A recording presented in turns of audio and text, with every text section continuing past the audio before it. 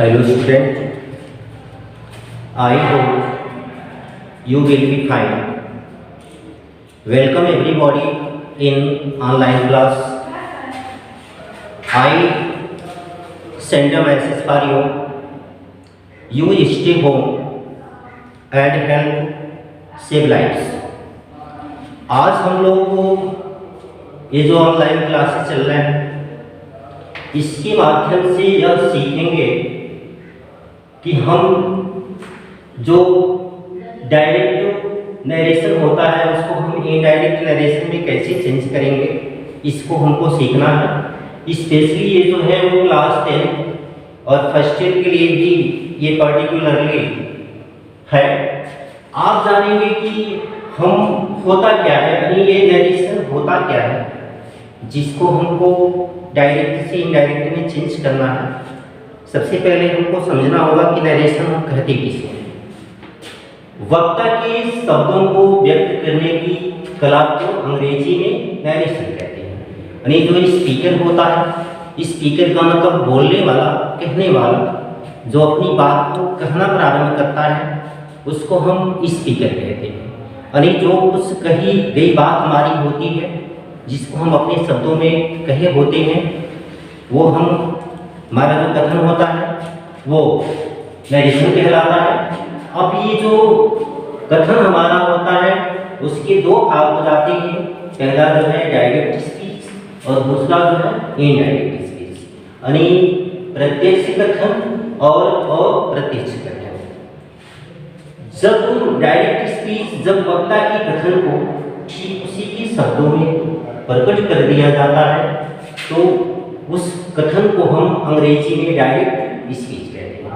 यानी जो उस वक्ता अपनी बात को कहता है, जिसकी भाषा में अपनी बात को कहता है, जब हम उसकी भाषा को, उसकी बात को ठीक उसी के शब्दों में जब हम कह देते हैं, वह जो बात होती है वो डायरेक्ट स्पीच होती है, यानी प्रत्यक्ष कथन होता है। दूसरी जो बात है, हमें इसमें एग्जाम्पल हम ले सकते हैं कि Mohan said I play cricket, यानी मोहन कहता है कि मैं क्रिकेट खेलता हूँ।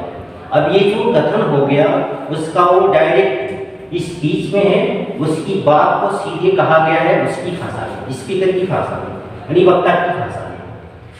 अब दूसरी जो बात है, यानी यहाँ पे जो डायरेक्ट स्पीच होता है उसके जो होते हैं वो कितने पार्ट्स होते हैं ये जान लेना जरूरी है। यानी there are 2 part of direct speech, यानी जो हमारा डायरेक्ट स्पीच होता है उसके 2 पार्ट होते हैं। जो फर्स्ट पार्ट होते हैं, यानी first part we call the recording verb, यानी पहले पार्ट को हम रिकॉर्डिंग वर्ब कहते हैं, and second part we call the recorded speech.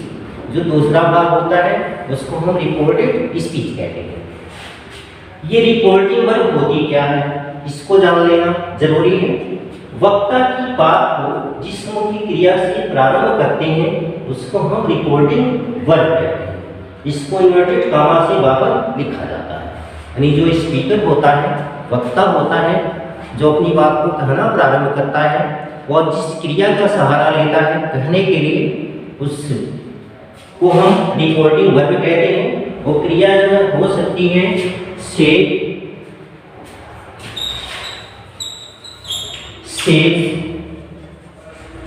या सेड हो सकती है। इन्हीं क्रियाओं के द्वारा वह अपनी बात को कहना प्रारंभ करता है और इसके सहयोग से अपनी बात को कहता है, वो रिकॉर्डिंग वर्ब कहलाती है। अब तो ये ऑलरेडी जो रिकॉर्डिंग वर्ब का भाग होता है उसको हम इन्वर्टेड कामा से बाहर लिखते हैं, यानी जो भी रिकॉर्डिंग वर्ब का पार्ट होता है उसको ऑलरेडी इन्वर्टेड जो कॉमास होते हैं उससे हम बाहर लिखते हैं। रिकॉर्डेड स्पीच, यानी जो उस वक्ता के द्वारा कहा जाता है उससे हम रिकॉर्डेड स्पीच यानी कहा जाता है। इसको इन्वर्टेड कामा के अंदर लिखा जाता है।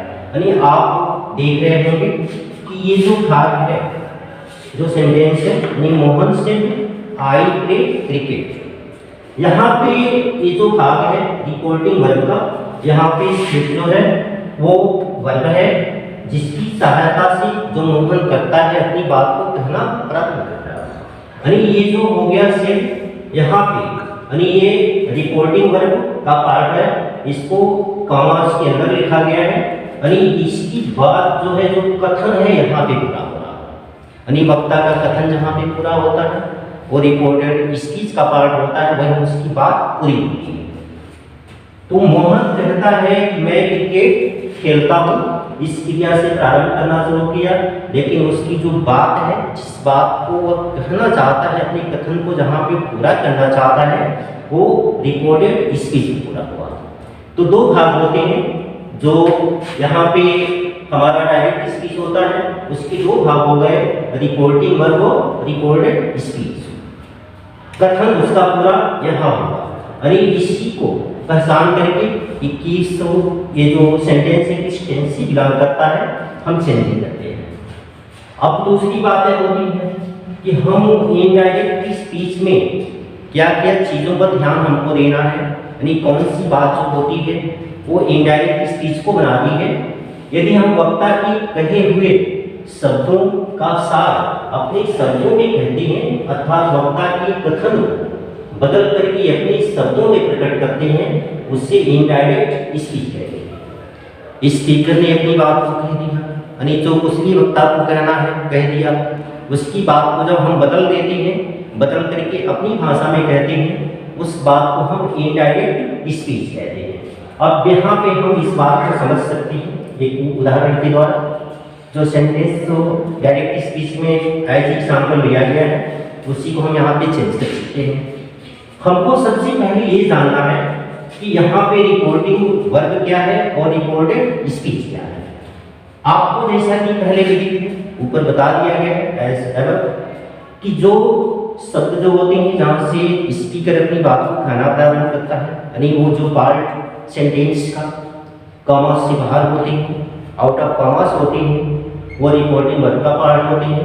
जो इंक्लूड कॉमास होते हैं वो रिपोर्टेड स्पीच का पार्ट होते हैं। तो ये जो पार्ट है वो रिपोर्टिंग वर्ब है और ये जो पार्ट है वो रिपोर्टेड स्पीच का पार्ट है।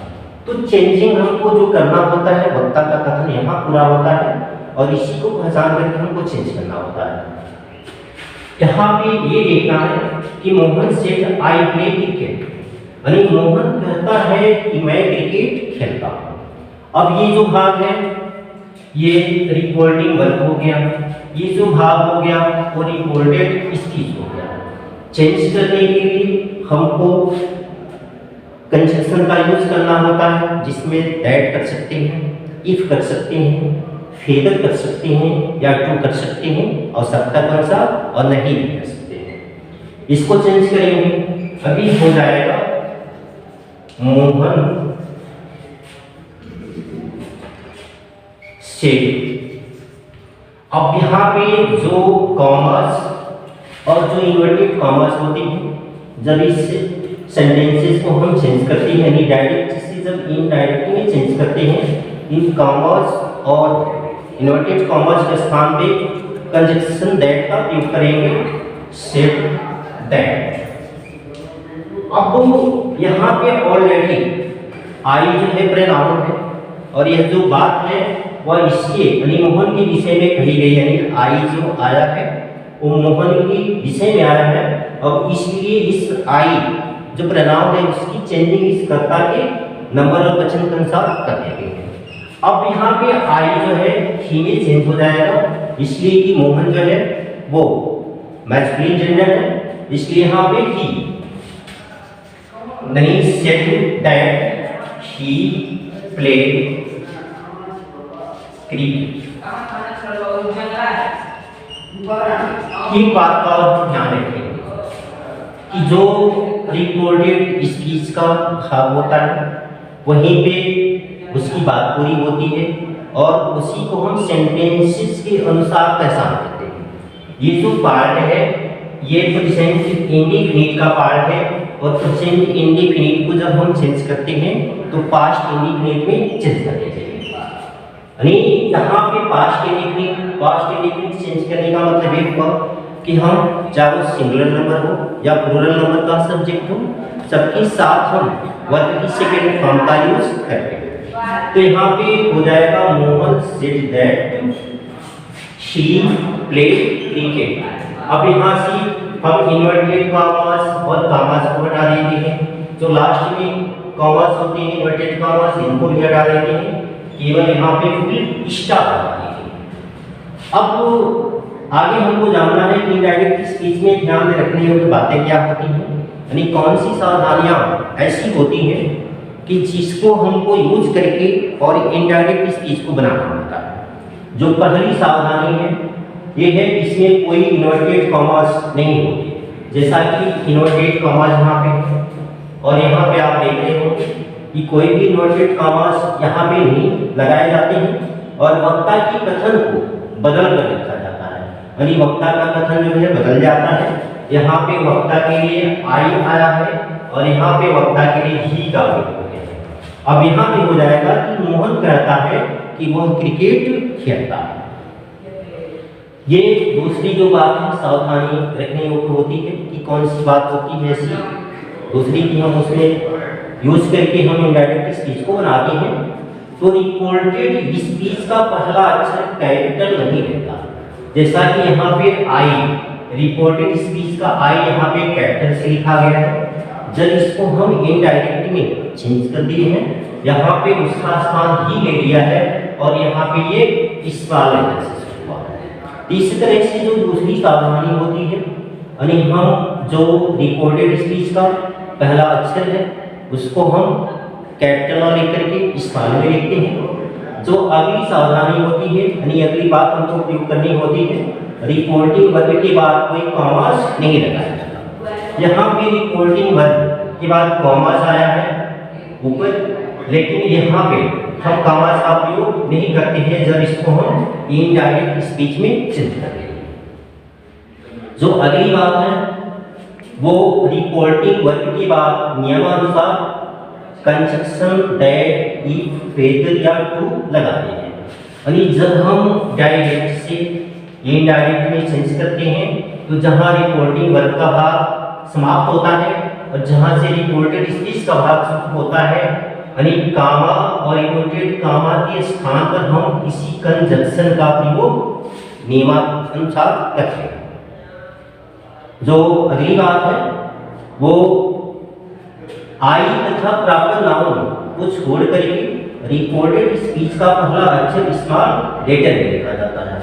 इन दो बातों का ध्यान देना होता है कि यदि यहाँ पे यानी रिपोर्टेड स्पीच में आई है या प्रॉपर नाउन है, प्रॉपर नाउन का मतलब किसी स्थान का नाम, किसी व्यक्ति का नाम हो, अगर वो रहेगा तो हम उसको कैपिटल से लिखेंगे, अगर नहीं रहेगा तो हम स्मॉल का प्रयोग करेंगे।